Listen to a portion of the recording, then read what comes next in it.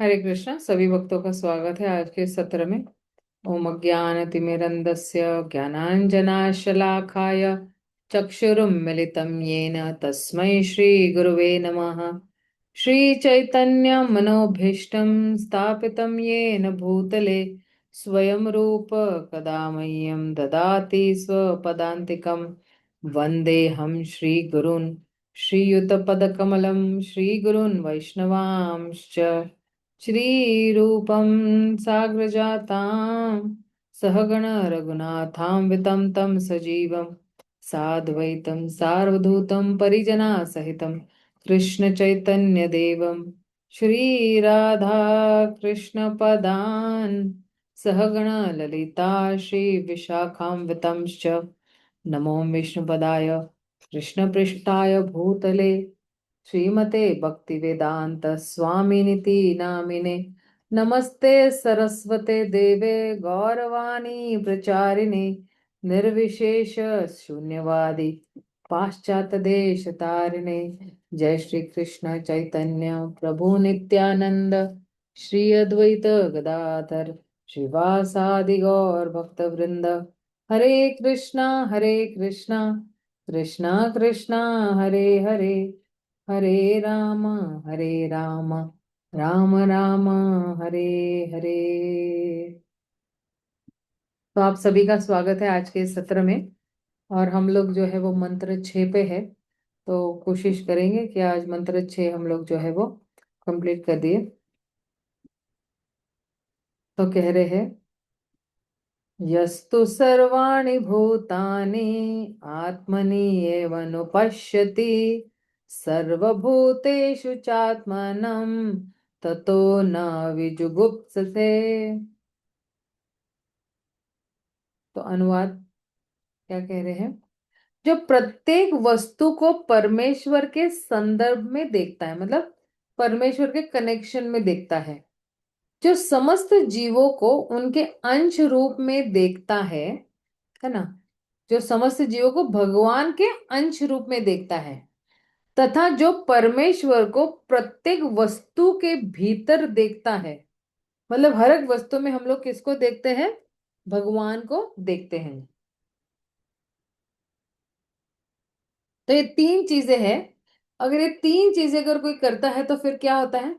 वो कभी भी किसी वस्तु या जीव से घृणा नहीं करता है ना। मुझे ये पसंद है, मुझे ये व्यक्ति पसंद है, मुझे ये व्यक्ति नहीं पसंद है, ये घृणा नहीं करेगा। हाँ, अगर आपको नहीं पसंद है तो आप उससे बात नहीं करोगे, लेकिन उससे घृणा नहीं करोगे। उसको कहते हैं ना कि उसके बारे में बुरा बोलना, उसका उसको अपमानित करना, ये सब हम नहीं करेंगे। हाँ भाई, नहीं पट रहा है, नहीं बोलेंगे, लेकिन कम से कम मन में आदर तो भी रहेगा हमारा। ये नहीं कि हम घृणा करेंगे।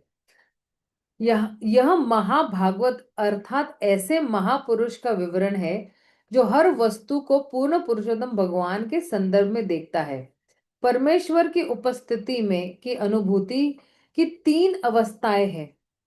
अगर जब परमेश्वर को परमेश्वर की अनुभूति करनी है तो उसमें कितनी अवस्थाएं हैं? तीन अवस्थाएं हैं। एक है कनिष्ठ अधिकारी अनुभूति की निम्नतम अवस्था में होता है।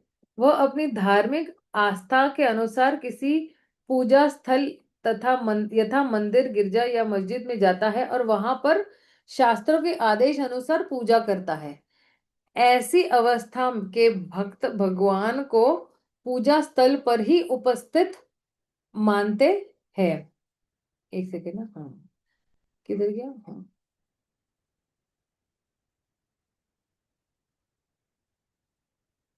हम्म, अन्यत्र कहीं नहीं। वे न तो यह निश्चित कर पाते हैं कि भक्ति में कौन किस स्थिति पर है, न ही वे यह बता सकते हैं कि किसे भगवान का साक्षात्कार हो चुका है। ऐसे भक्त साधारण नियमों का पालन करते हैं और कभी कभी परस्पर लड़ झगड़ भी पड़ते हैं कि अमुक प्रकार की भक्ति दूसरे से श्रेष्ठ है। मतलब उनको लगता है कि ये भक्ति दूसरे से श्रेष्ठ है, इस तरह से, है ना। इनका एक्चुअली ये तर्क वितर्क चलते रहता है और लड़ते झगड़ते भी है इस तरह से। फिर आगे क्या कह रहे हैं?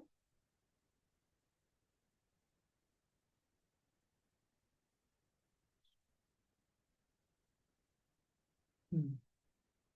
वास्तव में में ये तक पहुंचने के लिए भौतिक सीमा को लांघने मात्र का प्रयत्न कर रहे हैं जिन्हें साक्षात्कार की दूसरी अवस्था प्राप्त हो चुकी है।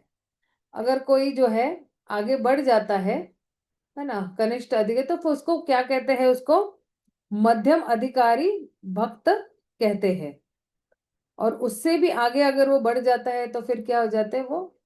क्या कहते हैं? उत्तम भक्त। ये भक्त चार श्रेणियों के व्यक्तियों के बीच अंतर को मानने वाले हैं। उनको पता है कि हमारे में और परमेश्वर में अंतर है। भगवत भक्त में वे अबोध जन जिन्हें भगवान का कोई ज्ञान नहीं होता है। ओके। और फिर कह रहे हैं नास्तिक जो भगवान पर श्रद्धा नहीं रखते और भक्ति करने वालों से घृणा करते हैं। तो अब देखिए कि एक तो जो है ये जितने भी जो है जिनको जो है मध्यम अधिकारी कहते हैं, तो उनको जो है ये चार कैटेगरी जो है ना, इसमें भेद पता चलता है। चार श्रेणियों का जो है वो उन्हें भेद पता चले। एक तो भगवान का में और हमारे में भेद क्या है, भगवान के भक्तों में और हमारे में क्या है, और जो मासूम लोग हैं जिनके पास कोई ज्ञान नहीं है, और जितने भी नास्तिकवादी हैं जिनके पास कोई भगवान के लिए जो है वो श्रद्धा नहीं है, और जो भक्ति को क्या कहते हैं, भक्ति से नफरत करते हैं या घृणा करते हैं। तो अब देखिए मध्यम अधिकारी इन श्रेणियों, सॉरी कहाँ गया, इन चार श्रेणियों के मनुष्यों के प्रति पृथक पृथक प्रकार से वर्ताव करते रहता है। तो जो है मध्यम अधिकारी क्या करता है, अलग अलग तरीके से जो है इनके साथ बर्ताव करता है। तो अब कैसा व्यवहार करता है आगे ये बता रहे हैं, है ना। वो भगवान को प्रेम के पात्र मानकर उनकी पूजा करता है, पहली बात। और भक्ति करने वालों से मैत्री स्थापित करता है। भगवान को प्रेम के पात्र मानकर उनकी पूजा कर रहा है, और भक्ति करने वालों से अब क्या कर रहा है वो? मैत्री कर रहा है। राइट। और फिर क्या कर रहे हैं वो?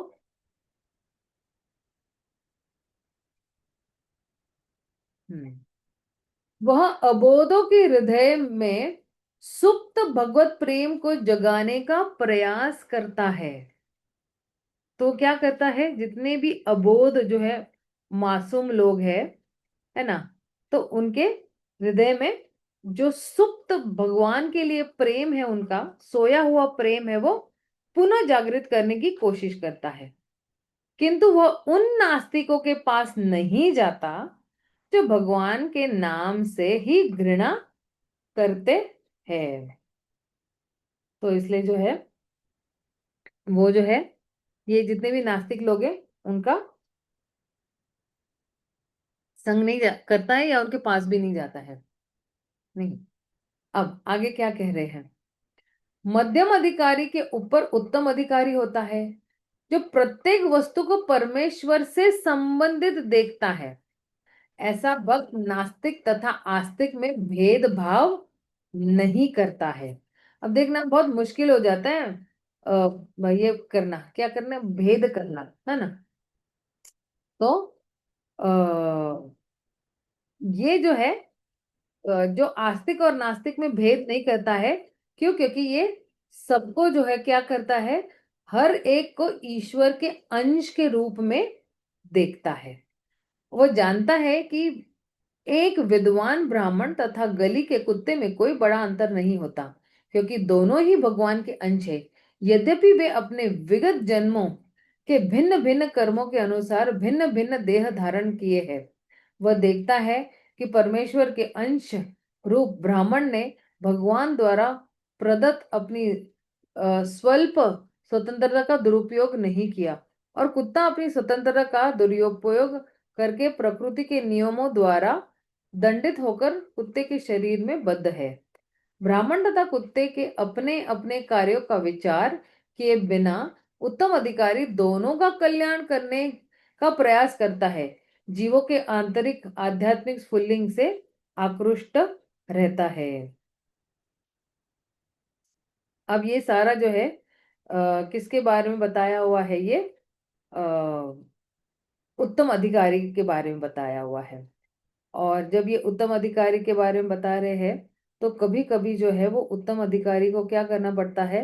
वो मध्यम स्तर पे आ जाना पड़ता है, वरना वो भेद नहीं कर पाएगा ना। अगर उत्तम अधिकारी को अगर प्रचार करना है, तो उसे थोड़ा बहुत जो है वो मध्यम लेवल पे पहुंचना पड़ता है, वरना ये हो जाएगा कि भेद नहीं कर पाएंगे तो फिर मुश्किल हो जाएगी। इसलिए जो है वो क्या कहते हैं कि ये जो है, देखिए आप देखिए इस श्लोक का ना एक्चुअली मेन थीम यही है कि जितना भी उन्नत भक्त है, आध्यात्मिकता ने इसमें उन्नति की हुई है, तो वो सब कुछ भगवान के संबंध में ही देता है। और उसकी जो दृष्टिकोण है ना, वो भी जो ऐसे उत्तम अधिकारियों के पद चिन्हों पर ही वो चलता है। तो जो तीन प्रकार के जो हमारे यहाँ पे भक्त है, वो कनिष्ठ, मध्यम और उत्तम। तो अगर किसी को आध्यात्मिक दृष्टिकोण विकसित करना है, तो उसको क्या अपनाना चाहिए, क्या अपनाना चाहिए और क्या त्यागना चाहिए? देखिए, त्यागना मतलब क्या कि कहाँ पे खतरा है उस चीज को तो त्यागना ही पड़ेगा ना, है ना। इसलिए फिर हमें भी जो है, हम यही कोशिश करते हैं ना कि जो कुछ भी हमारे भक्ति के लिए अनुकूल प्रतिकूल है या अनुकूल नहीं है, तो हम उसको त्याग देते हैं। ये हमारे लिए डेंजर है, खतरा है हमारे आध्यात्मिक जीवन के लिए। तो अब देखिए, एक तो कनिष्ठ के बारे में उन्होंने बताया। कनिष्ठ के बारे में क्या बताया?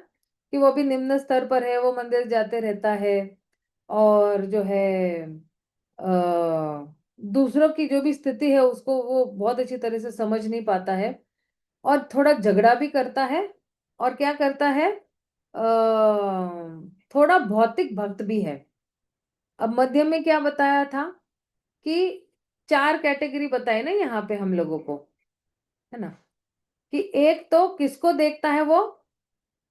भगवान को, है ना। भगवान को मानता है।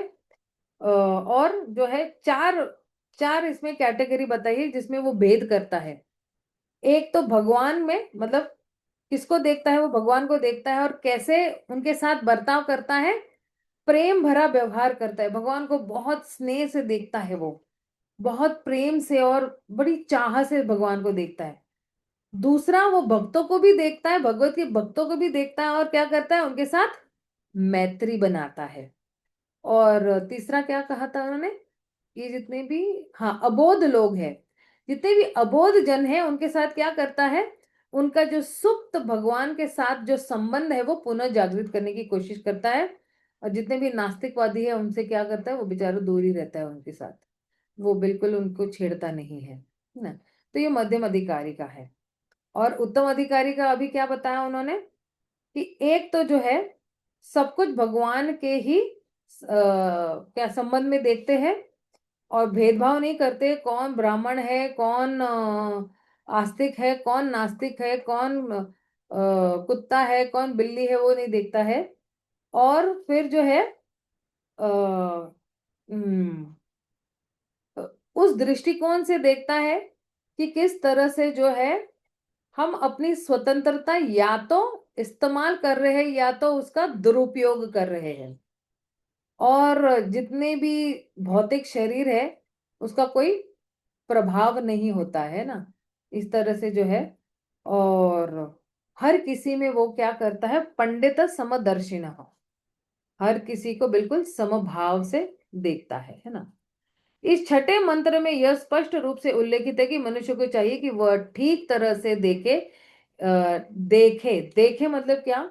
हमारी जो क्या कहते हैं इसको, आध्यात्मिक दृष्टिकोण जो है उसको हमें विकसित करना है। तो क्या करना पड़ेगा हमें? क्या अपनाना पड़ेगा और क्या त्यागना पड़ेगा, ये एक्चुअली यहाँ पे कह रहे। इसका अर्थ यह हुआ कि वह पूर्ववर्ती आचार्यों का अनुसरण करे जो प्रामाणिक शिक्षक है। इस प्रसंग में अनुपश्यति अत्यंत उपयुक्त संस्कृत शब्द है। अनु का अर्थ है अनुसरण करना और पश्यति का अर्थ है देखना। इस प्रकार अनुपश्यति शब्द का अर्थ यह हुआ कि वह वस्तुओं को उस रूप में न देखे जिस तरह वह अपनी खुली आंखों से देखता है। प्रत्यु प्रत- प्रत्युत पूर्ववर्ती आचार्यों का अनुसरण करे। भौतिक दोषों के कारण आंखें किसी भी वस्तु को ठीक से नहीं देख पाती। कोई तब तक ठीक से नहीं देखता जब तक उसने किसी श्रेष्ठ स्तोत्र से सुन न रखा हो। और सर्वोच्च स्तोत्र वैदिक ज्ञान है जो स्वयं भगवान द्वारा दिया गया है। वैदिक सत्य गुरु शिष्य परंपरा द्वारा भगवान ने ब्रह्मा, ब्रह्मा ने नारद, नारद ने से व्यास और व्यास से उनके कई शिष्यों तक आता है।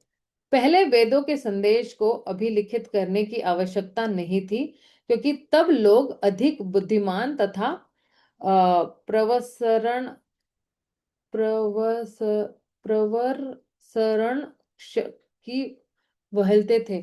क्या है ये मतलब इसका? इंग्लिश में इसका क्या अनुवाद है?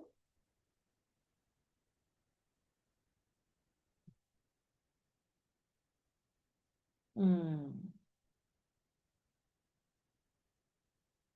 इसका अनुवाद क्या है इंग्लिश में, किसी को पता है क्या? एनीवेज, वे प्रामाणिक गुरु के मुख से मात्र एक बार सुनकर उपदेशों का अनुसरण कर सकते थे। तो मतलब यही है कि हाँ, अधिक बुद्धिमान तथा प्रवर सरण शक्ति। हाँ, ये प्रवर सरण शक्ति मतलब क्या पता है आपको? ये एक्चुअली श्रुतिधर लोग हैं। मतलब अधिक बुद्धिमान तथा प्रवरशनशील मतलब क्या, कि एक बार अगर उन्होंने सुना है गुरु के मुख से, तो फिर जो है वो क्या है, वो जो तुरंत ही जो है वो उसका पालन करते थे। और उनकी जितनी भी जो मेमोरी रहती थी ना, वो बिल्कुल तेज मेमोरी रहती थी। मतलब बुद्धि बिल्कुल तेज थी, उनको बिल्कुल सब कुछ स्मरण हो सकता था। ये कहना चाहते हैं यहाँ पे। इस समय शास्त्रों की अनेक टीकाएं उपलब्ध है, किंतु उनमें से अधिकांश श्री व्यास देव से प्रारंभ होने वाली गुरु शिष्य परंपरा में नहीं है, जिन्होंने पहले पहले पहल वैदिक ज्ञान का संकलन किया। श्री व्यास देव की अंतिम परम पूर्णता भव्य कृति श्रीमद् भागवत है, जो वेदांत सूत्र का सहज भाष्य है। भगवत गीता भी एक कृति है जिसका प्रवचन स्वयं भगवान ने किया और व्यास देव ने उसको लिपिबद्ध किया। ये अत्यंत महत्वपूर्ण शास्त्र है और ऐसी कोई भी टीका जो भगवत गीता या श्रीमद् भागवतम के सिद्धांतों के विपरीत है, अवैध है। अवैध यानी बोनाफाइड नहीं है ना। देखो, आज सुबह में भी हम लोग अपने नहीं कि चैतन्य चरितामृत क्लासेस में चर्चा कर रहे थे कि ये मायावादी सन्यासी पूछते हैं कि तुम वेदांत को क्यों नहीं पढ़ते हो, वेदांत की व्याख्या क्यों नहीं, वेदांत सूत्रों को क्यों नहीं पढ़ते हो, उसकी व्याख्या क्यों नहीं करते हो। तो चैतन्य महाप्रभु उसका उत्तर अभी कल के क्लास में देंगे, हम वहां पे देखेंगे। तो यहाँ पे कह रहे उपनिषद, वेदांत सूत्र, वेद, भगवद गीता तथा श्रीमद् भागवतम के मध्य पूर्ण साम्य है। और किसी को वेदों के संबंध में जब तक किसी भी निर्णय तक पहुंचने का प्रयास नहीं करना चाहिए जब तक उसे व्यास देव की गुरु शिष्य परंपरा के सदस्यों से आदेश न प्राप्त हो जाए, जो भगवान तथा उनकी विभिन्न शक्तियों पर विश्वास करते हैं, जैसे कि श्री उपनिषद में व्याख्या हुई है। तो देखिए यहाँ पे वही कह रहे हैं कि व्यास देव के जितने भी जो उन्होंने ग्रंथ लिखे हैं, है ना, और जो है ये जो जितना भी वेदांत सूत्र है, भगवत गीता भगवान ने बताई हुई है, और फिर जो है इसको रिकॉर्ड किया था एक्चुअली व्यास देव ने। तो ये सारे जितने भी ग्रंथ है, श्रीमद् भगवत गीता और भागवतम, ये बिल्कुल प्रामाणिक ग्रंथ है। और इनमें सब में समन्वय है, चाहे वो उपनिषद हो, चाहे वो वेदांत सूत्र हो, चाहे भगवत गीता हो, चाहे श्रीमद् भागवतम हो। तो आ, इनका जो निष्कर्ष है या इनका जो सार है ना, वो एक्चुअली एक ही है। और किसी यहाँ पे एक्चुअली खास इंस्ट्रक्शन दे रहे हैं या खास सूचना दे रहे हैं हमें यहाँ पे कि किसी ने भी जो है इसके किसी निष्कर्ष पर नहीं पहुंचना चाहिए। वेदों के के बारे में बता रहे हैं, जब तक जो है उनको अपने श्री गुरु से आदेश नहीं मिलता है, गुरु शिष्य परंपरा में, है ना। और यहाँ पे जो है भगवान तथा उनकी विभिन्न शक्तियों पर विश्वास करते हैं, जैसे कि ईशोपनिषद में। तो हमें जो है भगवान की विभिन्न शक्तियों पे भी बहुत विश्वास होना चाहिए, वरना बहुत मुश्किल हो जाएगा। अब श्रीमद् भगवत गीता में कह रहे हैं, ये कौन सा वाला श्लोक है? क्या है? ब्रह्मभूत प्रसन्नात्मा न सोचती न कांक्षति सम सर्वेषु भूतेषु मद्भक्ति लभते परम। के अनुसार जो पहले से मुक्त पद ब्रह्मभूत पर आसीन है और प्रत्येक जीव को अपनी ही भाई मानता है, वही उत्तम अधिकारी बन सकता है। ऐसी दृष्टि राजनीतिज्ञों को नहीं प्राप्त हो सकती, जो सदैव किसी न किसी भौतिक लाभ के पीछे पड़े रहते हैं। जितने भी राजनीति वाले हैं ना, जो पॉलिटिक्स करते हैं, उनको नहीं प्राप्त होती। जो व्यक्ति उत्तम अधिकारी के लक्षणों का अनुसरण करता है, वह भले ही किसी दूसरे के बाहरी शरीर की सेवा यश या भौतिक लाभ के लिए करे, लेकिन वह आत्मा की सेवा नहीं करता। ऐसे अनुकरण करता को आध्यात्मिक जगत की कोई जानकारी नहीं मिल सकती है। उत्तम अधिकारी भौतिक शरीर में ही जीवात्मा का दर्शन करता है और आत्मा के रूप में उसकी सेवा करता है। इसी प्रकार भौतिक पक्ष की स्वतः सेवा हो जाती है। तो ये जो है यहाँ पे कह रहे हैं कि एक तो हमें जो है ये जो ज्ञान है, हमें कहाँ से स्वीकार करना चाहिए, है ना? अनुपश्यते। अनुपश्यते मतलब जो पूर्वती आचार्य से आया हुआ है, वहां से ही हमें जो है वो ज्ञान स्वीकार करना चाहिए। और जो व्यास देव के जितने भी लिखे हुए ग्रंथ, उसके साथ उनका जो है समन्वय होना चाहिए। अब देखिए यहाँ पे है जो मंत्र 7 आ रहा है। ठीक है, मंत्र 7 में एक्चुअली क्या कह रहे हैं कि ये मंत्र 7 जो है बताता है कि किस तरह से जो है ये महाभागवत जो है इसकी चेतना क्या है। और जो है और जीवात्मा और भगवान जो है वो एक्चुअली गुण में एक है, और उनका जो है रुचि भी एक ही है। लेकिन जो है मात्रा में जो है, क्वांटिटी में जो है, वो दोनों अलग है। कैसे? हम जो है वो अणु है, भगवान विभु है, तो मात्रा में तो अलग हुए ना, लेकिन गुणों में एक है। भगवान भी सच्चिदानंद है और हम जो आत्मा है वो भी सच्चिदानंद ही है ना। इस तरह से जो है हम गुणों में एक है, लेकिन मात्राओं में हम अलग है। तो आइए देखते हैं 7वां वाला श्लोक।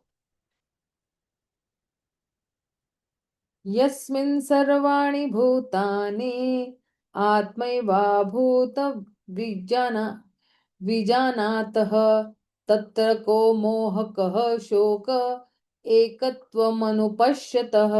फिर से पश्यतः शब्द आया है। जो समय सदैव समस्त जीवों को आध्यात्मिक स्फुल्लिंग के रूप में भगवान के ही समान गुण वाला देखता है, वही वस्तुओं का असली ज्ञाता हो जाता है। तो फिर उसके लिए मोह या चिंता कैसी, है ना? तो जो कोई भी जो है अ, देखता है कि जो है ये जितने भी जीवात्मा है भगवान के ही अंश है ना।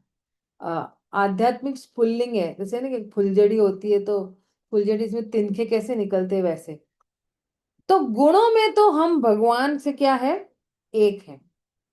और जो अ, जो जो हर वक्त जो है जीवात्माओं को भगवान के साथ देखता है, और जो देखता है कि दोनों जो है गुण में समभाव है, समांतर है गुणों में, है ना, तो फिर वो एक्चुअली रियल ज्ञाता है कि देखिए, भगवान में और जीवात्माओं में गुणात्मक रूप से कोई अंतर नहीं है, दोनों सेम है। अब फर्क कहाँ आ रहा है? तो फर्क जो आ रहा है वो मात्राओं में, क्वांटिटी में, है ना। तो फिर कहते हैं कि ऐसे व्यक्ति के लिए जो है मोह और चिंता नहीं रहती है। जब वो देखते हैं कि अरे सबको तो, हर कोई तो जो है भगवान का अंश ही है ना, दोनों तो सेम ही है, आत्मा और परमात्मा जो है गुणों में एक ही है, लेकिन दोनों में थोड़ा सा फर्क है, वो मैं बताती हूँ भी आगे। वही वस्तु, अच्छा सॉरी, ये मैंने पढ़ लिया है, आई एम सॉरी। मध्यम अधिकारी तथा उत्तम अधिकारी जिनका वर्णन ऊपर किया गया है, उनके अतिरिक्त अन्य कोई भी व्यक्ति जीव की आध्यात्मिक स्थिति को सही सही नहीं देख पाता है। गुणात्मक दृष्टि से जीव परमेश्वर से अभिन्न है। जिस प्रकार अग्नि से स्फुल्लिंग और अग्नि गुण की दृष्टि से एक है। अब देखना, अभी फुलझड़ी है, ठीक है ना, मेन फुलझड़ी और उसके तिनके में फर्क है या नहीं? लेकिन दोनों अग्नि ही है ना, इस तरह से एक्चुअली फर्क है। फिर भी मात्रा की दृष्टि से ये स्फुल्लिंग अग्नि के समान नहीं है, क्योंकि स्फुल्लिंग तो ताप तथा प्रकाश की जो मात्रा रहती है वह अग्नि के ताप तथा प्रकाश की मात्रा के तुल्य नहीं होता है।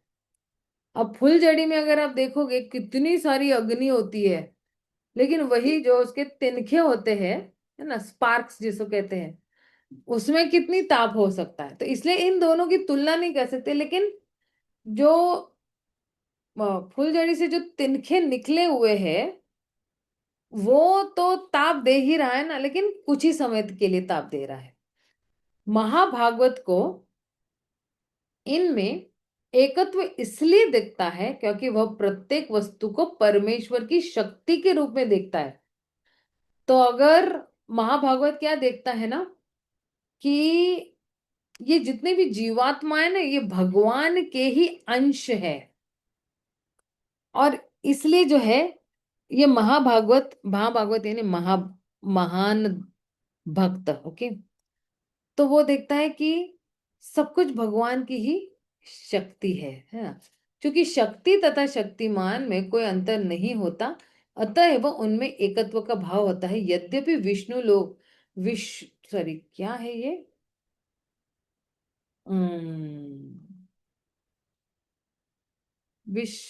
विश्लेषणात्मक दृष्टि से ताप तथा प्रकाश अग्नि से भिन्न है। अभी विश्लेषण मतलब क्या, एनालिटिकल पॉइंट ऑफ व्यू से जो है वो क्या होता है, दोनों अग्नि से भिन्न है। तथापि ताप तथा प्रकाश के बिना अग्नि शब्द का कोई अर्थ नहीं रह जाता। इसलिए सामा सामासिक रूप से ताप प्रकाश तथा अग्नि सभी क्या है, वो एक ही है। इस मंत्र में एकत्वम अनुपश्यतः शब्द सूचित करते हैं कि मनुष्य को चाहिए कि वह प्रामाणिक शास्त्रों की दृष्टि से समस्त जीवों के एकत्व को देखे। परम पूर्ण भगवान के पृथक पृथक स्फुल्लिंगों में पूर्ण के लगभग 80% ज्ञात गुण पाए जाते हैं, लेकिन मात्रा में वे परमेश्वर के तुल्य नहीं होते। ये गुण सूक्ष्म मात्रा में उपस्थित रहते हैं, क्योंकि जीव उन परम पूर्ण का क्षुद्र अंश ही होता है। यदि हम दूसरी उपमा प्रयोग में लाए तो कह सकते हैं कि समुद्र की एक बूंद में जितनी मात्रा में नमक होता है, वह कभी भी पूरे समुद्र में उपस्थित नमक की मात्रा के तुल्य नहीं होता। यहाँ पे एक अच्छी उपमा दी हुई है। लेकिन एक बूंद में उपस्थित नामक अपने रासायनिक संगठन में सारे समुद्र में उपस्थित नमक के ही समान होता है। यदि गुण तथा मात्रा दोनों की दृष्टि से व्यष्टि जीव परमेश्वर के तुल्य होता है तो उसके भौतिक प्रकृति के वश में होने का प्रश्न ही नहीं उठता है। पिछले मंत्रों में बताया जा चुका है कि कोई भी जीव यहाँ तक कि बलशाली देवता भी परम पुरुष से किसी भी प्रकार से बढ़कर नहीं हो सकते हैं। देखना, बहुत सारे लोग हैं ना, देवी देवताओं की उपासना करते हैं, राइट। और जब ये देवी देवता की उपासना करते हैं तो उनको पता ही नहीं है कि हमें जो है वो एक ही भगवान पर श्रद्धा रखनी है। और होता क्या है, प्राय जो है जीवात्माएं बंदरों की तरह एक देवी देवता से दूसरे देवी देवता, दूसरे देवी देवता से तीसरे देवी देवता, तीसरे देवी देवता से चौथे देवी देवता पे उछलते कूदते रहते हैं। और फिर बोलेंगे शिव जी को भी मांगेंगे, गणपति को भी मांगेंगे, साईं बाबा को भी मांगेंगे। और हालांकि साईं बाबा देवी देवताओं में आते भी नहीं है। साईं बाबा को भी कुछ ना कुछ मांगते रहेंगे, और फिर दुर्गा को और वैष्णो देवी को, और फिर इंद्र चंद्र वायु पीपल के पेड़ को, इधर उधर सब कुछ मांगते फिरेंगे। लेकिन जिस व्यक्ति को मांगना है उसको नहीं मांगेंगे, बाकी उनको छोड़, उस व्यक्ति को छोड़ के बाकी पूरी दुनिया को मांगते फिरेंगे। तो देवी देवता के पास अपनी एक सीमा है या क्षमता है। उस क्षमता से ऊपर वो नहीं दे पाएंगे कुछ भी हमें, क्योंकि जिसकी जितनी लिमिट होगी वो उतना ही दे पाएगा ना, उससे ऊपर तो नहीं दे पाएगा ना। अगर मैं आपको कहती हूँ कि आप मुझे BMW दो, आप बोलोगे ये मेरी लिमिट ही नहीं है। मैं आपको मारुति दे सकती हूँ, मैं आपको i10 दे सकती हूँ, लेकिन मैं BMW नहीं दे सकती हूँ आपको। आप बोलोगे माता जी आपको i10 लेना मेरे से ले लो, लेकिन BMW नहीं है, मेरे मेरे दायरे में नहीं है ना। तो यही है एक्चुअली कि देवी देवताओं की एक क्षमता होती है, और वो उतना ही दे पाएंगे जितना वो उनके दायरे में है या क्षमता में है। लेकिन जो अपने दायरे से भी बाहर जाकर कुछ कर सकते हैं वो है भगवान श्री कृष्ण। भगवान जो है अपने भक्तों के लिए सारी सीमाएं तोड़ देते हैं, अपने खुद के भी बनाए हुए कानून तोड़ देते हैं। जब अगर भगवान की पूरी कृपा हो सकती है तो उसमें कोई सीमाएं नहीं है, उस प्रेम में कोई कोई बांध नहीं सकता है। मतलब कैसे कहते हैं ना कि जितने भी प्रकृति के नियम है वो लागू नहीं होते उस व्यक्ति को, या कोई भी चीज उन दोनों को यानी भगवान और भक्त को बांध नहीं सकती है। और इसलिए जो है कहते हैं कि कि जो है जीव और जो भगवान है उनमें एक्चुअली एक घनिष्ठ संबंध है। लेकिन ये चीज जो है लोग समझ नहीं पाते हैं। और जो हमारा शाश्वत संबंध है वो कृष्ण के साथ ही है, बाकी किसी देवी देवताओं के साथ नहीं है। कोई भी देवी देवता परमानेंट नहीं है। ये जितनी भी देवी देवता है ये एक पोस्ट है। अपना कार्यकाल समाप्त होते ही इनको अपनी राजगद्दी छोड़नी पड़ेगी, और जो है उनको कहीं और भेजा जाएगा। लेकिन एक व्यक्ति है जिनकी स्थिति कभी भी बदलती नहीं है, और वह है भगवान श्री कृष्ण। शिव जी भी पोस्ट है, गणपति भी पोस्ट है, दुर्गा देवी भी पोस्ट है। ये सारे जो है वो केवल पोस्ट है। फाइनेंस मिनिस्टर, ये मिनिस्टर वो मिनिस्टर जैसे हमारे होते हैं ना, इनके 5 साल का कार्यकाल होता है, तो देवी देवता का भी कार्यकाल होता है। और अगर भगवान को कोई फिट कैंडिडेट नहीं मिलता है ना उस पोस्ट को संभालने के लिए, तो फिर भगवान स्वयं ही जो है उस पोस्ट पे बैठ जाते हैं। जैसे आप देखना माता ना, जी। हमारे हमारे जो है भारत में भी क्या है ना, भारत में यही है ना कि अलग अलग मिनिस्टर है। फाइनेंस मिनिस्टर है, रोड मिनिस्टर है, पेट्रोल मिनिस्टर है, रेलवे मिनिस्टर है, कई कई मिनिस्टर्स है। लेकिन अगर कोई योग्य मिनिस्टर नहीं है तो हमारे प्राइम मिनिस्टर ही वही ड्यूटी निभाते हैं उनकी, राइट। तो उसी तरह अब यहाँ पे क्या कह रहे हैं, यदि गुण तथा मात्रा दोनों की दृष्टि से व्यष्टि जीव परमेश्वर के तुल्य होता है तो उसके भौतिक प्रकृति के वश में होने का प्रश्न नहीं उठता है। पिछले मंत्र में बताया जा चुका है कि कोई भी जीव, यहाँ तक कि बलशाली देवता भी परम पुरुष से किसी भी प्रकार से बढ़कर नहीं हो सकते हैं। अतएव एकत्व का अर्थ यह नहीं है कि जीव सभी प्रकार के परमेश्वर के समान है। इतना संकेत अवश्य है कि व्यापक अर्थ में दोनों का एक ही अभिष्ट प्रयोजन है। जिस प्रकार एक परिवार के सभी सदस्यों का एक ही स्वार्थ रहता है, या कि राष्ट्र राष्ट्र में राष्ट्रीय स्वार्थ एक ही होता है, भले ही नागरिक कितने भिन्न कितने भिन्न व्यक्ति क्यों न हो, चूंकि सारे जीव एक ही परम परमेश्वर के अंश है। परम पुरुष तथा इन अंशों का स्वार्थ भिन्न नहीं होता। प्रत्येक जीव परम पुरुष का पुत्र है, जैसे कि भगवत गीता में कहा गया है। ये भगवत गीता का कौन सा वाला श्लोक है? अपरेयम इतिहास्तम अन्यम प्रकृतिम विधिम में परम जीव भूता महाबाहो ययेदम धार्यते जगत। तो भगवान इस श्लोक में क्या कहते हैं कि अ, जो मेरी एक जो है वो पराशक्ति है ना। तो उस पराशक्ति में कौन आते हैं? जीवात्मा आते हैं। लेकिन ये जीवात्मा अभी क्या कर रहे हैं? इस भौतिक प्रकृति का क्या कर रहे हैं? वो शोषण कर रहे हैं। जो एक्चुअली ये भौतिक प्रकृति क्या है? ये मेरी अपराशक्ति है ना। जैसा कि भगवत गीता में कहा गया है कि ब्रह्मांड ब्रह्मांड भर में सभी जीव, जिनमें पक्षी, चींटियां, जलचर, वृक्ष इत्यादि सम्मिलित है, परमेश्वर की तटस्था शक्ति से अद्भुत है। अतएव यह सभी परम पुरुष के परिवार से संबंधित है। इनमें स्वार्थों का नहीं है। अब आध्यात्मिक जीवन के भोग के निमित्त है, जैसे कि वेदांत सूत्र में कहा गया है। अब वेदांत सूत्र में क्या कहा गया है?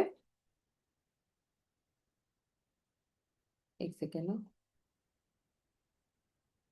हम्म जैसे कि वेदांत सूत्र में कहा वर्णित है, में वर्णित है, आनंदमय भयासत प्रकृति एवं संरचना दोनों ही दृष्टि से प्रत्येक जीव जिस पर परमेश्वर तथा उनका प्रत्येक अंश सम्मिलित है, शाश्वत आनंद के लिए है।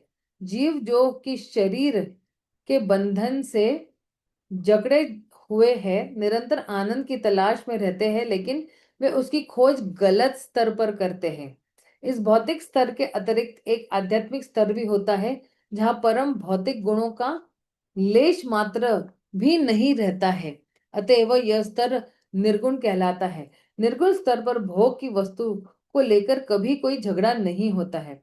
लेकिन इस भौतिक जगत में विभिन्न जीवों के बीच निरंतर टकराव होते रहता है, क्योंकि यहाँ पर भोग का उपयुक्त केंद्र उपेक्षित है। भोग का उपयुक्त केंद्र उपेक्षित है, मतलब क्या कि जो है इंद्र तृप्ति ही एक्चुअली जो है वो क्या है? इंद्र तृप्ति सबका एक केंद्र होता है ना। और जो है उपेक्षित उपयुक्त केंद्र उपेक्षित है, और भोग के असली केंद्र तो परमेश्वर है। तो यहाँ पे जो है जो रियल केंद्र होना चाहिए, तो क्या होना चाहिए कि रियल जो है हमारा सेंटर जो होना चाहिए, वो कौन है? सेंटर ऑफ एंजॉयमेंट जिसको कहते हैं ना, तो वो जो है भगवान ही होना चाहिए। जो क्या है, हम सब उनके साथ जो है, सॉरी, भोग के असली केंद्र तो परमेश्वर है, जो भव्य तथा आध्यात्मिक रास नृत्य के केंद्र है। और रास नृत्य यानी क्या? आध्यात्मिक रास नृत्य है ये, कोई मतलब भौतिक नहीं है कि जैसे नहीं कि अभी नवरात्र गए थे, अभी मेरे ख्याल से सितंबर के महीने में, मेरे ख्याल से हाँ सितंबर में। तो वहां पे तो भोग वृत्ति की वजह से सब लोग जो है अपनी इंद्रिय को तुष्ट करने के लिए, आप देखोगे बड़े बड़े ग्राउंड में ये गायक और वो गायक और वो गा रहे हैं, वो गा रहे हैं, और वहां पे नीचे लोग नृत्य कर रहे हैं, है ना। तो वैसा नहीं है ना। अब जब भी कोई रास लीला हो रही है ना, वहां पे भगवान एक्चुअली सेंटर ऑफ अट्रैक्शन है। एक्चुअली वहां पे जो है भगवान केंद्र है, और भगवान को प्रसन्न करना ये जीवात्मा का कर्तव्य है। वहां पे हम सब उनके साथ रहने तथा दिव्य रुचि तथा विरोध रहित जीवन बिताने के लिए है। देखिए, विरोध रहित जीवन हम लोग जो है वो बिताने के लिए है। हम लोग, ये नहीं कि हम लोग जो है वो झगड़ते रहे, है ना। और आध्यात्मिक रुचि का यह उत्तम स्तर है कि जो ही कोई एकत्व के इस पूर्ण रूप को पा लेता है, तो ही मोह या शोक का कोई प्रश्न नहीं उठता है। तो अभी देखिए, हमारा कैसा है कि हम भगवान के लिए बने हुए हैं, और भगवान ही हमारा भोग करेंगे। और जो है और हम दोनों का आध्यात्मिक या दिव्य जो रुचि है वो एक ही है। लेकिन हम दोनों में, हमारे में और भगवान में कोई मतलब टकराव नहीं है ना। और यही एक्चुअली जो है सबसे सर्वोच्च आध्यात्मिक रुचि है। और जैसे ही कोई इसको पहचानता है ना, कि कभी कभी हम बोलते हैं ना कि मैं और मेरे पिता एक ही है। कितनी बार हम लोग ने ये सेंटेंस बोला है ना, हम एक ही है। Me and my father are one, English में आपने ये सुना होगा कभी तो, कि मैं और मेरे पिता एक ही है। अच्छा, मैं और मेरे पिता एक है, लेकिन किस दृष्टिकोण से ये एक है? हम जो है वो भावनाओं में एक है। मतलब हमारी जो सोच है दोनों की एक ही है, और हमारा मिशन जो है वो एक ही है, और हमारा उद्देश्य जो है वो एक ही है। तो हम बोलते हैं ना कि लाइक फादर लाइक सन।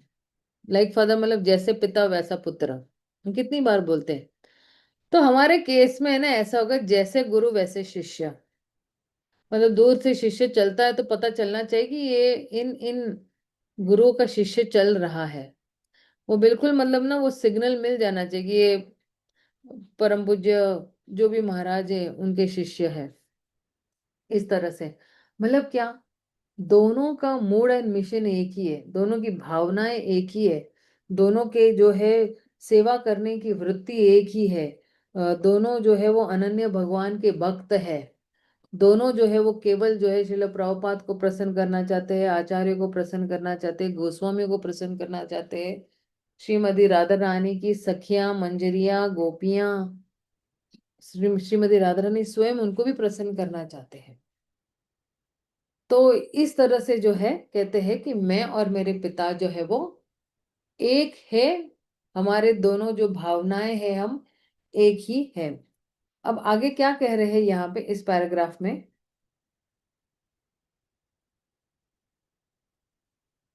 हम्म ईश्वर विहीन सभ्यता का उदय माया से होता है। अब देखिए कितना प्रभुपाद ने एक एक पंच लाइन इतना अच्छी तरह से देते हैं कि कोई ईश्वर विहीन सभ्यता जो है का उदय माया से होता है ना। माया मतलब क्या, भ्रम से होता है। और फिर इसका परिणाम क्या होता है? ऐसी सभ्यता का परिणाम परिताप या शोक होता है ना। शोक मोह भयापह, शोक से होता है। आधुनिक राजनीतिज्ञों ने जिस प्रकार की ईश्वर विहीन सभ्यता का प्रतिपादन किया है, वह सदा चिंताओं से ओतप्रोत रहती है, क्योंकि यह किसी भी समय ध्वस्त की जा सकती है। यही प्रकृति का नियम है। तब देखना, ये जितनी भी ईश्वर विहीन जो है ये सभ्यता है ना, ये जितने भी अपने जितने भी आधुनिक जितने भी पॉलिटिशियंस हैं, तो ये लोग बेचारे हमेशा जो है ना वो चिंताओं में ग्रस्त रहते हैं। और ये जितनी भी चिंताएं हैं, ये जो है क्या है, ये धीरे धीरे उनको खाते जाती है। लेकिन ये लोग कभी भी जो है वो इनका ये लोग कभी भी जो है वो क्या हो सकते हैं, ध्वंस हो सकते हैं या कुचले जा सकते हैं कभी भी। ये प्रकृति का एक्चुअली नियम ही है ना। तो भगवत गीता में क्या कहा गया है? देवी ही येषा गुणमयी मम माया दुरात्याय माम एव ये प्रपद्यते मायाम एतम तरंती ते। उमा क्या है कि जिन लोगों ने भगवान के चरण कमलों में आत्मसमर्पण कर रखा है, उनके सिवाय कोई भी प्रकृति के कड़े नियमों को नहीं लांघ सकता है। और जो है, देखिए, प्रकृति के नियमों को कौन नहीं सह सकता? कि जो सिर्फ भगवान के शरणागत भक्त है, वही जो है वो इस प्रकृति के नियम को लांघ सकते हैं, वरना दूसरा कोई नहीं। जो भगवान को समर्पित नहीं है, वो एक्चुअली जो है ये प्रकृति के नियम के अंतर्गत काम करते। फिर प्रकृति का में उनके बहुत चपेटे देती है, इधर उधर से फुटबॉल की तरह उड़ाती है ना। और एक जगह से दूसरी जगह ये जो है भ्रमण करते रहता है। आपने देखा है कभी, एक्चुअली आपके आसपास देखा होगा, कि कई लोग बड़े घर बदलते रहते हैं हर साल, 1.5 साल 2 साल एक जगह भी वो टिक के रह ही नहीं सकते हैं।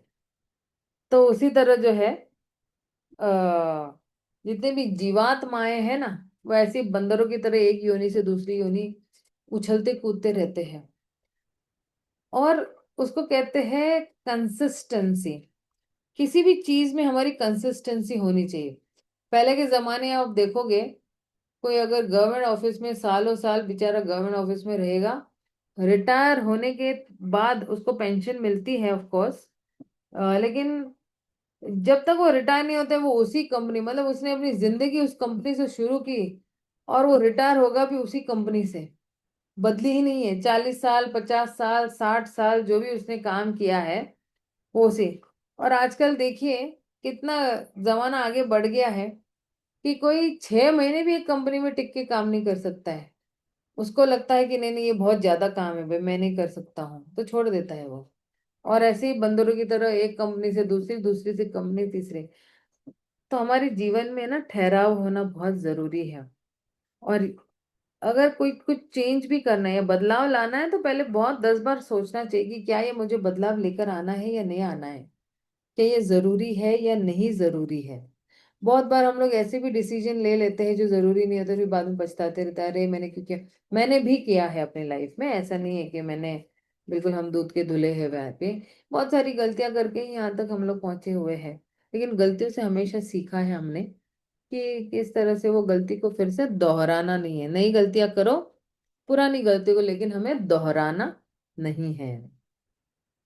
फिर आगे क्या कह रहे हैं? हम्म इसलिए यदि हम सभी प्रकार के मोह तथा चिंता से मुक्त होना चाहते हैं और अपने विभिन्न स्वार्थों में एकत्व लाना चाहते हैं, तो हमें अपने सारे कार्यकलापों के मध्य ईश्वर को लाना होगा।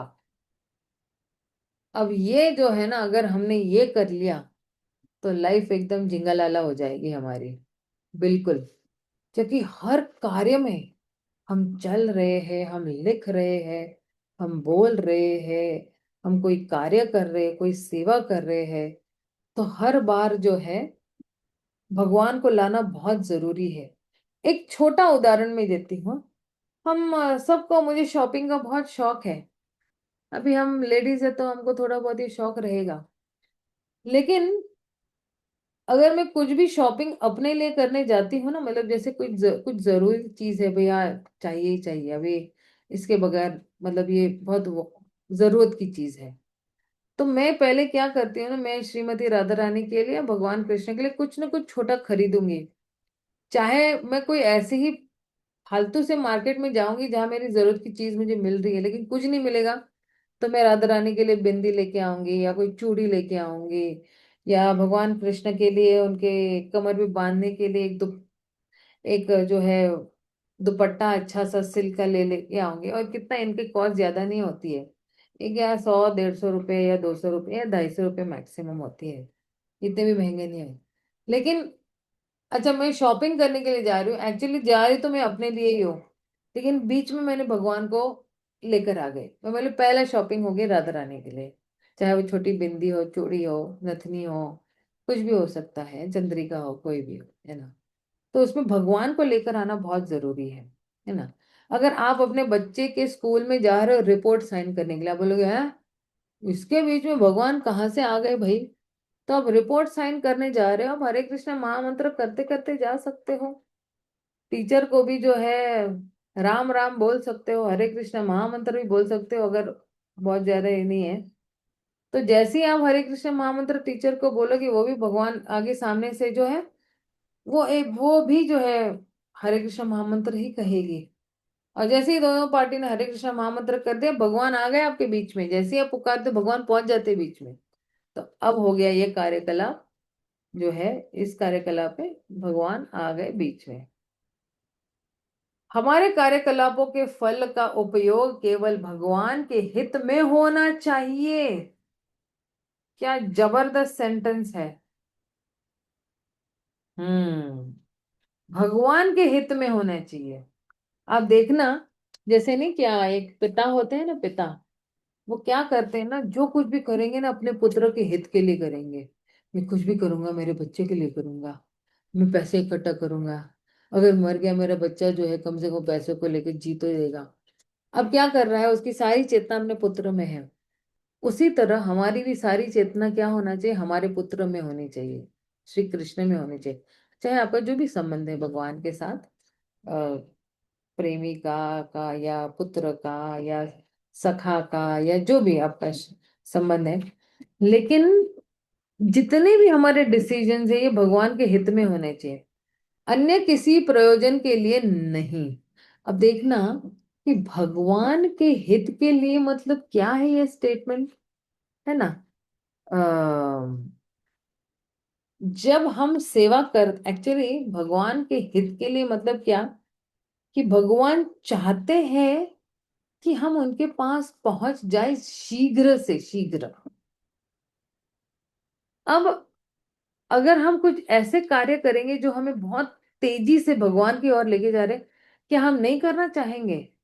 निश्चित रूप से करना चाहेंगे। अरे ये जो है प्रभु जी आए, ये महाराज जी आए, इन्होंने ना हमें बहुत शॉर्टकट तरीका बताया कि हमारे जितने भी कार्यकलाप है ना, कार्यकलापों के जितने भी फलों का उपयोग जो है हमें क्या करना चाहिए, केवल भगवान के हित के लिए चले। अब इसका, इस स्टेटमेंट का थोड़ा गहरा मतलब मैं बताती हूँ, एक सेकेंड में। क्या कह रहे हैं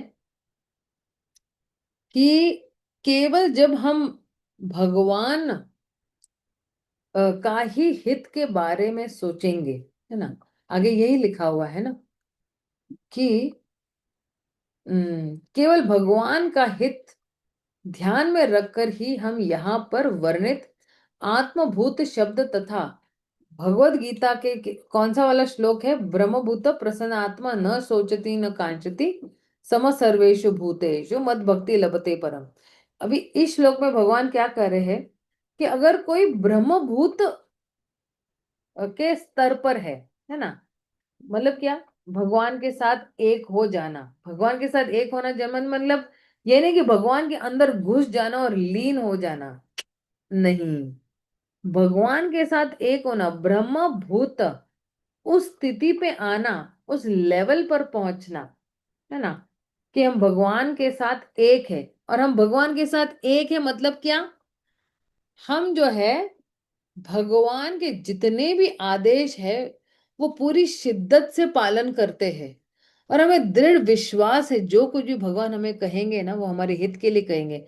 अगर कुएं में भी गिर जाना है तो भी हम गिरने के लिए तैयार है। इसको कहते हैं जो है, ये व्यक्ति जो है वो क्या है, वो ब्रह्मभूत पे ये है कि भाई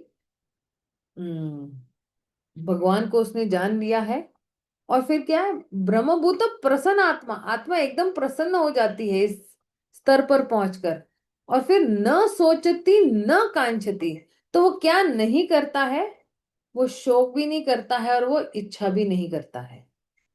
और क्या कहते हैं, ब्रह्मभूत प्रसन्न आत्मा न सोचती न कांक्षती सम सर्वेषु भूतेषु, वो जो है सम सर्वेषु, जितने भी जीवात्माएं हैं उनके प्रति समभाव रखा, सम सर्वेषु भूतेषु मद भक्ति लभते परम। तो ऐसी अवस्था में क्या होगा, वो मेरे दिव्य भक्ति को प्राप्त करता है ना, दिव्य प्रेममयी सेवा को प्राप्त करता है या भक्ति को प्राप्त करता है।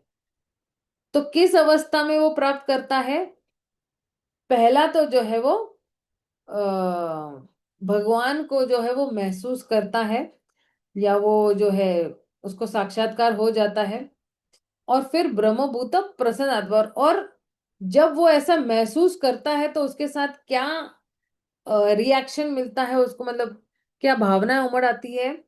तो वो जो है बिल्कुल आनंद में है ना, प्रसन्न आत्मा है, एकदम प्रसन्न आत्मा। कभी कभी कई लोगों को देखा है बिल्कुल हंसते ही रहते हैं। मैंने देखा है कुछ भक्त ना इतने प्यारे होते हैं ना कि आप कभी भी देखो बेचारे हंसते ही रहते हैं, अंदर कितना भी दुख होगा वो बिल्कुल अपने दुनिया में बिल्कुल मस्त होते हैं। और फिर मैं ऐसे लोगों को मस्ताने या मस्ताना या मस्ताने ऐसे नाम देती थी भाई। आप तो जो पूरे मतलब ना जिंदगी के अच्छे मजे ले रहे हो। वो एक वीडियो मैं आपको भेजती हूँ। बहुत एक्चुअली मतलब वो ऐसा है कि कोई एक बॉलीवुड एक्ट्रेस है, मुझे भी उसका नाम नहीं पता है। तो बोलते कि क्या बोल रही थी वो, शादी करने वाले भी दुखी, और शादी नहीं की है वो भी दुखी कि अभी हमारी शादी नहीं हो रही है। तो फिर कह रहे जिंदगी के मजे कौन लूट रहा है? तो इतने में है ना हमारे गौरांग प्रभु का हरे कृष्ण महामंत्र के साथ नृत्य बताया है।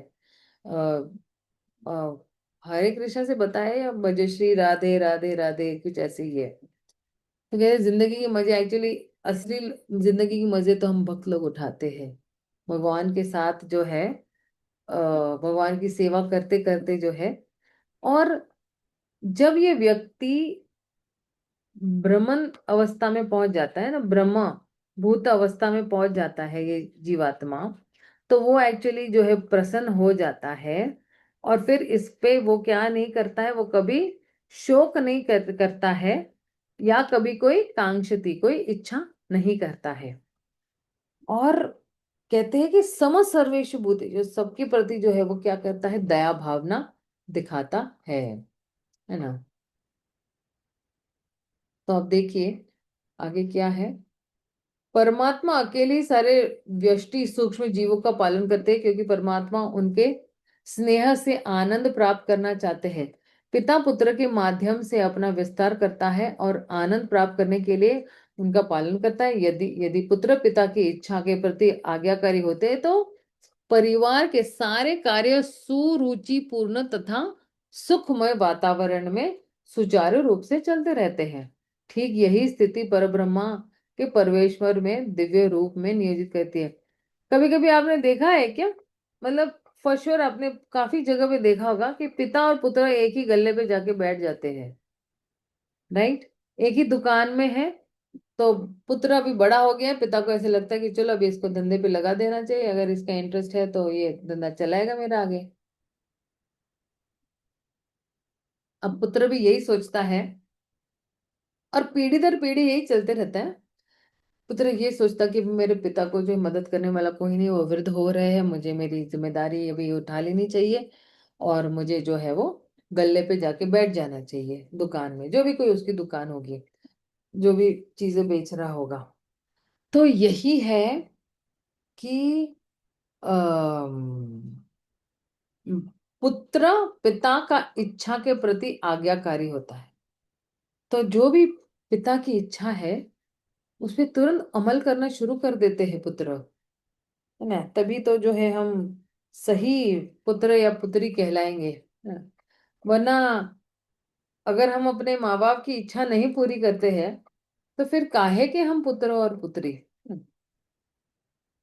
इस तरह जो है कह रहे हैं कि ये जो है वो न सोचती न कांक्षती, है ना।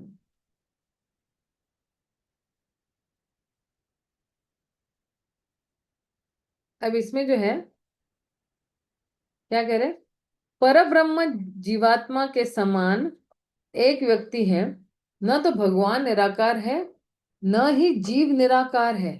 बाप रे, अगर कल हमें कोई बोल दे कि तुम निराकार हो तो कितनी ठेस पहुंचेगी। उसी तरह जो है ना भगवान भी साकार रूप में है, ये मैंने कल भी थोड़ा बहुत चर्चा किया था इसमें। तो अ, जैसे कि हम भी जो है साकार रूप में है, तो पर ब्रह्म भी जो है उसके पास अपना एक साकार रूप है। और न तो भगवान निराकार है, न ही जीव निराकार है। ऐसे दिव्य व्यक्तित्व दिव्य आनंद ज्ञान तथा शाश्वत जीवन से परिपूर्ण रहते हैं। कितना बढ़िया सेंटेंस है। आध्यात्मिक जीवन की यही असली स्थिति है। और जो ही मनुष्य को इस आध्यात्मिक पद का बोध होता है, होते जाता है, तो ही वह परम पुरुष श्री कृष्ण के चरण कमलों में समर्पित होता है। किंतु ऐसे महात्मा का दर्शन विरले ही होता है, क्योंकि ऐसी दिव्य अनुभूति अनेकानेक जन्मों के बाद ही प्राप्त होती है। बहुनाम जन्म नामन्ते ज्ञानवान व प्रपद्यते वासुदेव सर्वैति स महात्मा सुदुर्लभ। किंतु ऐसे महात्मा का दर्शन बिरले होते हैं, क्योंकि ऐसी दिव्य अनुभूति अनेकानेक जन्मों के बाद ही प्राप्त होती है। किंतु एक बार प्राप्त हो जाने पर किसी तरह का मोह या शोक या भौतिक अस्तित्व के दुख, जन्म तथा मृत्यु नहीं रह जाते, जो हमारे वर्तमान जीवन में अनुभव किए जाते हैं। श्री ईशोमणि शब्द के इस मंत्र से हमें यही जानकारी प्राप्त होती है। तो अब यहाँ से शुरू हो रहा है मंत्र नंबर 8, लेकिन यहाँ पे मैं विराम दूंगी, है ना। तो किसी का अगर कोई प्रश्न है तो आप पूछ सकते हो। माता जी, एक प्रश्न। हरे कृष्ण माता जी, हाँ एक प्रश्न है। जी में बताइए। एक प्रश्न है माता जी। महर लोक है, जो शिव के लोक हैं, हम्म। तो वो कहते हैं कि भाई जिस तरीके से ये संपूर्ण ब्रह्मा के रात्रि दिन बीतते हैं, तो उसमें उसका भी नाश नहीं होता है, वो भी समाते नहीं है उसमें। हमने तो ये थोड़ा सा सुना था, ये कहाँ तक सही है माता जी? कहते ब्रह्म हर लोग जो है, क्योंकि वो विष्णु भगवान, और फिर वो क्योंकि वो मटेरियल से इन्वॉल्व रहते हैं, इसीलिए वो मतलब हालांकि शिव तत्व जो है वो और देवी देवताओं से अलग है, मतलब उनका भी हम्म। वहाँ भी वो उनका भी नाश नहीं होता कभी भी। लेकिन वो हाँ। चूंकि वो मटेरियल से इन्वॉल्व रहते हैं, है ना, तो हम्म। इस वजह से वो हर लोग जो है वो अलग ही लोग है। ये थोड़ा सा मैंने सुना था, तो ये कहाँ तक सही है मतलब? अभी ये जो महर लोक है ना, इसका हम्म। एक्चुअली क्या होता है, जब प्रलय होता है या कोई कल्प का जो अंत होता है ना, हम्म। तो उस वक्त क्या होता है कि जितने भी ओम भूर भुर भुवर और स्वर्ग लोग ना, ये एक्चुअली इनका नाश हो जाता है अग्नि के माध्यम से, है ना। और ये जितने भी महर लोक जो है ना, ये महर लोक के लोग जो है वो क्या करते हैं, वो महर लोक के ऊपर जो लोग है वहां पे वो एक्चुअली जो है वो भाग लेते हैं। और महर लोग अपने आप में जो है वो जल नहीं जाता है, लेकिन वहां पे जो है, वहां पे क्या कहते हैं, लोगों की बस्ती नहीं रहती है, मतलब वो खाली हो जाता है। और इसलिए कभी कभी ऐसे लगता है कि महर लोग जो है वो का नाश नहीं होता है। मतलब जब प्रलय होता है ब्रह्मा जी के आखिरी में और ना कल्प में एंड ऑल, तो महर लोक उस समय उसका जो है वो क्या होता है, उसका नाश हो जाता है। लेकिन जब नॉर्मल प्रलय होता है ना, जब कल्प का अंत हो जाता है तब नहीं होता है। लेकिन जब महाप्रलय होता है, ब्रह्मा जी की जो आयु होती है ना, जो बिल्कुल क्या कहते हैं, ब्रह्मा जी की आखिरी में मतलब 100 वर्ष पूर्ण होने के बाद जो है, तब ये महाप्रलय आता है। तो ये महर लोग जो है वो क्या होता है, ये इसका भी जो है वो विनाश हो जाता है और ये महाविष्णु में चला जाता है। अब केवल जो है ये वैकुंठ लोग जो है और गोलोक है, इसका विनाश नहीं होता। और ध्रुव लोक भी है, इसका भी विनाश नहीं होता। और कुछ ऐसे धाम है जिनका विनाश नहीं होता है, जैसे मथुरा है, द्वारका है, ये भी अपने अपने वैकुंठ लोक में अपने अपने धाम ही है। इनका जो है वो विनाश नहीं होता है। इस तरह से जो है वो कह रहे हैं, ये महर लोक का इस तरह से विनाश नहीं होता है उस टाइम पे। लेकिन जब महाप्रलय होता है तब तो हो ही जाता है इसका विनाश। ठीक है ना प्रभु जी? जी।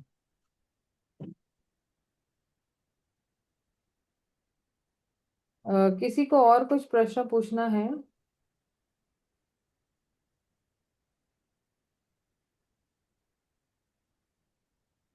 ओके, अगर कोई प्रश्न नहीं, हम यहीं पे विराम देते हैं। अब हम मिलेंगे कल शुक्रवार को। तो श्रील प्रभुपाद की जय, गौर भक्त वृंद की जय। हरे कृष्णा, हरि बोल। हरे कृष्णा माता जी, सादर प्रणाम, दंडवत प्रणाम माता जी। धन्यवाद माता जी, कोटि कोटि धन्यवाद। हरि बोल। हरे कृष्ण माता जी, दंडवत प्रणाम। हरे कृष्ण माता जी, दंडवत प्रणाम। सतनाम। ये हो या तो मतलब फ्राइडे को चलो मैं कल सुबह से करवा पूछ लूंगा।